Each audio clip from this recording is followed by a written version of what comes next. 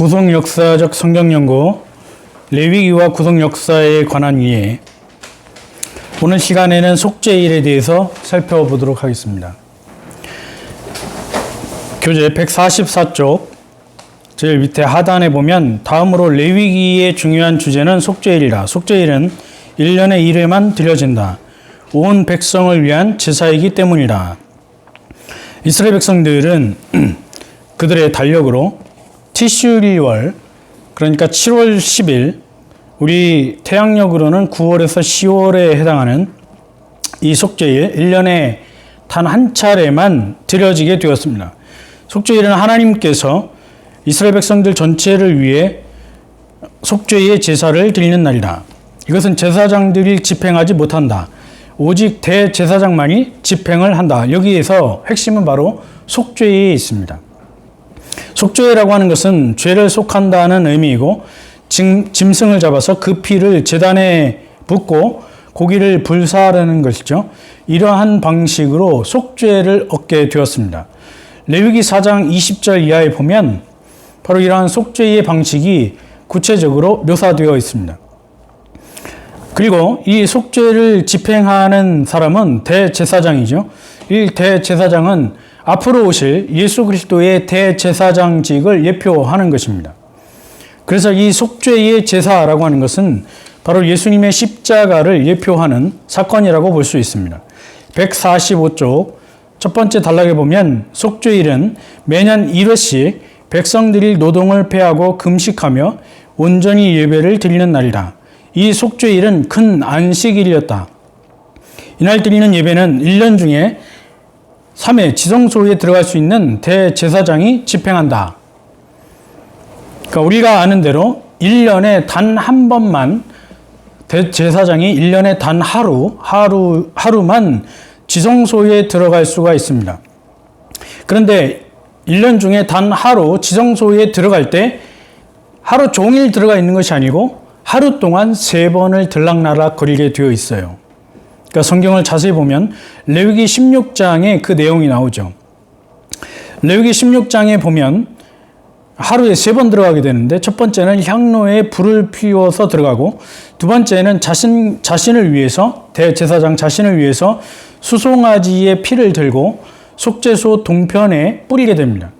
세 번째 들어갈 때에는 백성의 죄를 위해서 염소를 잡아서 들어갑니다.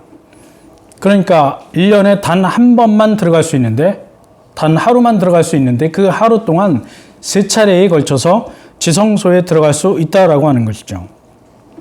이러한 행위는 대제사장이 이스라엘 자손의 부정과 그 범한 모든 죄를 인해서 지성소를 속죄하고 또 그들의 부정한 중에 있는 성막을 속죄하기 위한 그런 방편이었습니다.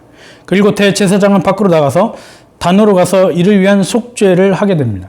대제사장이 염소의 피를 단 귀퉁이 뿔들에 바르고 손가락으로 그 피를 찍어서 7번 단 위에 뿌리게 됩니다. 이것을 통해서 이스라엘 백성들의 부정을 성결하게 하는 의미를 가지고 있죠. 여기서도 7번 뿌리게 되는 것입니다. 3번이나 4번이나 5번이 아니고 7번 뿌리는 것을 통해서 완전한 속죄를 나타내고 있는 것입니다. 145쪽 제일 마지막 단락에 보면 이러한 속죄일의 중요한 요소들이 있는데, 그 중요한 요소들을 몇 가지로 소개하고 있습니다. 우리 성경신학자인 게알더스 보스의 제자 체스터 레만이 여기서 몇 가지를 자신의 책에서 소개하고 있습니다. 첫 번째 보면 146쪽에 첫째, 지성소로 들어가는 대제사장의 중요성에 주의해야 한다. 둘째, 속죄일의 예배는 속죄, 대속의 행위를 가장 명백하고 명료하게 깨닫게 해준다. 셋째, 다른 염소를 아사셀로 보내는 행위는 또 다른 교훈을 가르쳐 주지만 이를 통해 배우는 진리는 처음 염소의 희생을 통해 얻는 것과 기본적으로는 동일한 것이다. 넷째, 속죄일의 제사는 이스라엘의 예배가 예수 그리스도의 완성된 사역을 가리키는 뚜렷한 증거이다. 그래서 구약의 제사라고 하는 것은 장차 신약에 오시는 예수 그리스도와 연결되어 있고, 예수 그리스도를 발견하지 못하고 그냥 구약의 제사로만 멈추게 되면 이것은 유대인들이 이해하는 제사 방식이고 구약 성경 이해 방식이라고 하는 것이죠. 그래서 신약에 오시는 예수 그리스도까지 연결이 되지 않으면 구약 성경을 정확하게 이해하는 것이라고 볼 수가 없습니다. 146쪽 두 번째 단락에 이렇게 속죄일은 성소와 사람들로 하여금 그동안 정기적으로 발견해서 다루지 못했던 불경을 청결하게 함으로 과거를 청산하고 새 출발을 하는 연례적인 기회를 제공했다. 그러니까 이스라엘 백성들이 하나님 앞에 드렸던 속죄일, 이 속죄일은 유월절로부터 약 6개월 뒤에 행해지는 것입니다. 그러니까 1년을 주기로 했을 때 제일 처음 6월절 가나안 달력으로 아비브월 14일, 이스라엘 백성들의 달력으로 니산월, 그러니까 우리말로 쉽게 하면 1월 14일에 6월절을 지키게 되는 것이고, 그 이후에 6개월 뒤에 7월 10일 날 속죄일을 하게 되는 것이죠. 그래서 이것을 통해서 6월절과 그 이후에 6개월 지난 후에 드려지는 속죄일을 통해서 하나님 앞에 백성들이 지은 죄를 회개하고 또 제사장이었던 백성의 지도자의 속죄를 하는 것이죠. 그래서 이스라엘 백성들에게는 계속해서 제사가 필요했고 그 제사를 위해서 대제사장이 필요했다라고 하는 것이죠. 이러한 제사와 대제사장 제도를 통해서 장차 예수님께서 이 땅에 오셔서 이루시는 속죄의 제사, 십자가의 죽음을 구약시대에 이미 보여주고 있습니다. 146쪽 세 번째 단락에 보면 이제 다섯 번째 거룩이라고 하는 주제를 살펴보겠습니다. 레위기의 또 다른 주제는 거룩, 다른 말로 성결입니다. 성결, 코데시라고 하는 것은 다름 아닌 하나님의 속성이죠. 이 인간들에게는 스스로 성결하거나 스스로 거룩할 수 있는 능력이 전혀 없습니다. 이것은 하나님의 속성이고 하나님께서 은혜로 그 백성들에게 거룩이라고 하는 것을 부여해 주실 때만 거룩하게 된다라고 하는 것이죠. 그 하나님은 거룩한 분이시다. 그런데 그분이 이스라엘 민족을 구원하시고 장차 자기 백성으로 삼아 주셨다. 그래서 그들도 거룩해야만 한다. 여기 거룩이라고 하는 것은 우리가 상징적으로 혹은 영적으로 신앙적으로만 거룩한다 그런 의미가 아니고 도덕과 윤리, 성결의 삶에서도 거룩해야 한다라고 하는 것입니다. 그래서 이 땅을 살아가는 하나님의 백성이라고 한다면 삶에서도 거룩이 드러나지 않으면 안 되는 것입니다. 그래서 하나님이 이스라엘 백성들에게 그 거룩의 법으로 십계명을 주신 것이고 그 십계명을 지키면 하나님의 거룩한 백성의 삶이 무엇인지를 깨닫게 하는 것이죠. 그러나 이스라엘 백성들은 그 십계명을 지키는 것도 실패하고 말았습니다. 그래서 하나님이 이 법을 주심으로 그들로 거룩하게 살아가도록 하시는 것이죠. 하나님께서 주신 그 법 테두리 안에서 살아가는 것이 하나님의 백성답게 사는 것이고 거룩하게 살아가는 것이었습니다. 그 법을 벗어나서 사는 것은 세상과 동일하게 사는 것이고 죄인으로 죄악 가운데 사는 것이다. 그런 의미예요. 그러니까 오늘날도 교회 안에서는 거룩하게 정결한 옷을 입고 나와서 예배드리고 예배가 끝나고 문 밖을 나가면 그때부터 주차 문제로 싸우고 성도들끼리 멱살을 잡고 또 신호를 위반하고 지나가고 또 예배가 끝난 다음에 집에 가면서 술을 한잔 마시고 이런 모든 행위들은 하나님이 말씀하고 있는 거룩과는 전혀 상관이 없는 그런 삶을 사는 것이죠. 그러면서도 예배만 드리면 거룩하다. 나는 거룩한 백성이다. 이렇게 착각하고 있는 것이 오늘날 많은 교인들의 문제라고 볼 수 있습니다. 147쪽 제일 위에 단락에 보시면 구약학자인 트럼프 롱만과 레이먼드 딜라드가 거룩을 위한 제사제도와 속죄를 다음과 같은 도표로 제시합니다.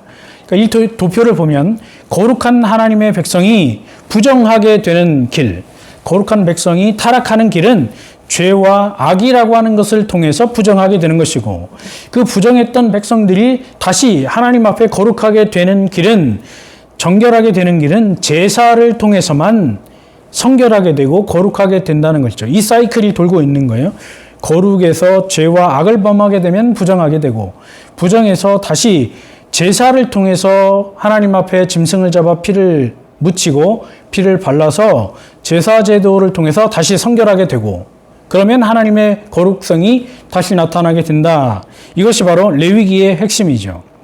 147쪽 두 번째 단락 레위기의 핵심은 거룩이다. 이것이 가장 핵심적인 사상이라고 해도 과언이 아니다. 즉 하나님의 거룩함과 인간의 거룩함이 핵심이다. 레위기에서 영적인 완전함은 물리적인 순결로 상징이 된다. 그래서 레위기를 우리가 자세히 읽어보면 아주 복잡한 내용들이 많이 있어요. 그러니까 제사 드리는 법이 나오는데 아주 상세하게 나오죠. 그 제사가 오늘 우리와는 전혀 우리가 경험해보지 못했고 알아보지 못했고 우리가 살아보지 못했던 방식으로 드려졌기 때문에 따분하게 느껴질 수 있지만 그 제사 방식 하나하나를 우리가 보게 되면 아주 놀라운 비밀들이 숨겨져 있습니다. 그래서 레위기는 아주 보석들, 보물이 담겨있는 책이다 이렇게 볼 수 있는 것이죠. 그 제사를 드릴 때 아무 짐승이나 드려서 되는 것이 아니고 온전한 짐승만, 흠이 없는 것만 하나님이 받아주신다. 제사장 역시 흠이 없는 자만 하나님께 제사장 역할을 감당할 수 있어요. 그러니까 제사장감은 아론의 핏줄이라고 해서 모든 남자가 다 제사장이 되는 것이 아니고 그 중에서도 흠이 없는 사람들만 하나님이 제사장으로 선택하는 거죠.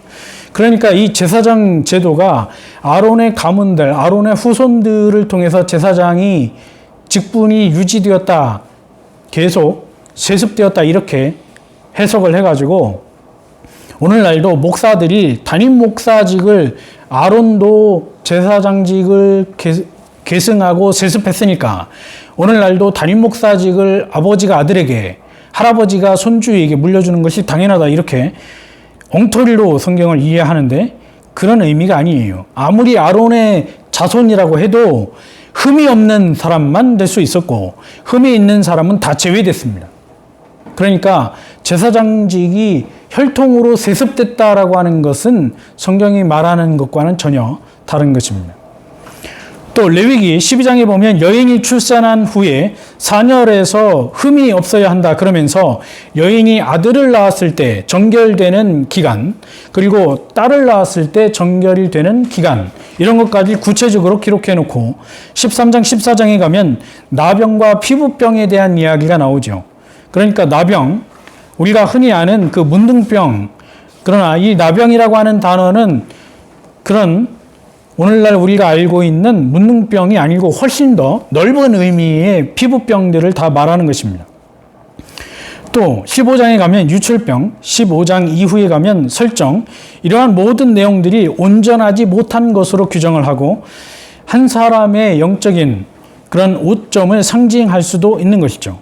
그래서 이러한 질병들을 통해서 혹은 이러한 삶의 오점들을 통해서 하나님 앞에 부정하게 된 백성들이 다시 제사 제도를 통해서 하나님 앞에 거룩하게 되고 성결하게 되는 방식을 하나님께서는 제사를 통해서 그 문을 해답을 열어놓고 계신다는 것을 알 수 있습니다. 147쪽 제일 마지막 단락에 보면 하나님의 백성은 거룩해야 한다.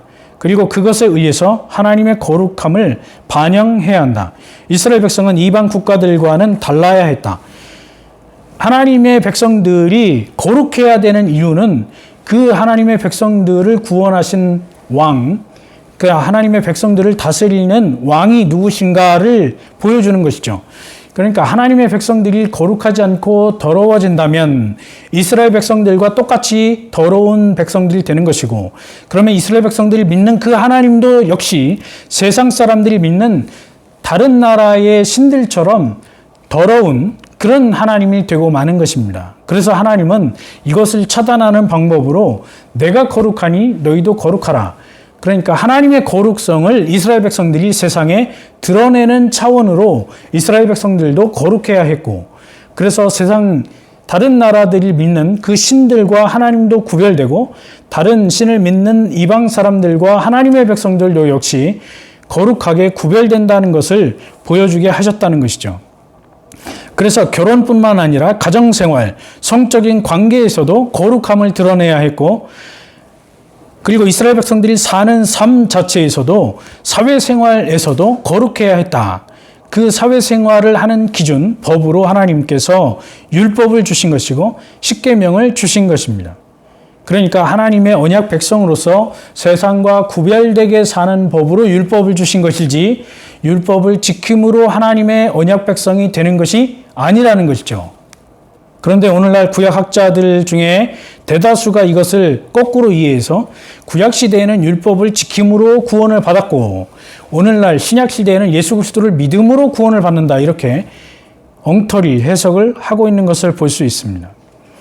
거룩함이라고 하는 것은 제사장들과 그 가족들에게 요구되는 것이고 연중 절기에서도 역시 절기를 지킴으로 하나님의 거룩한 백성들이 어떻게 하나님의 백성으로서 거룩을 드러내는가에 초점이 맞춰져 있다는 것을 볼 수 있습니다. 오늘 강의는 여기까지 하겠습니다. 다음 시간에는 레위기의 구조 그리고 그 이후에 나오는 예수 그리스도와 레위기에 대해서 살펴보도록 하겠습니다. 감사합니다.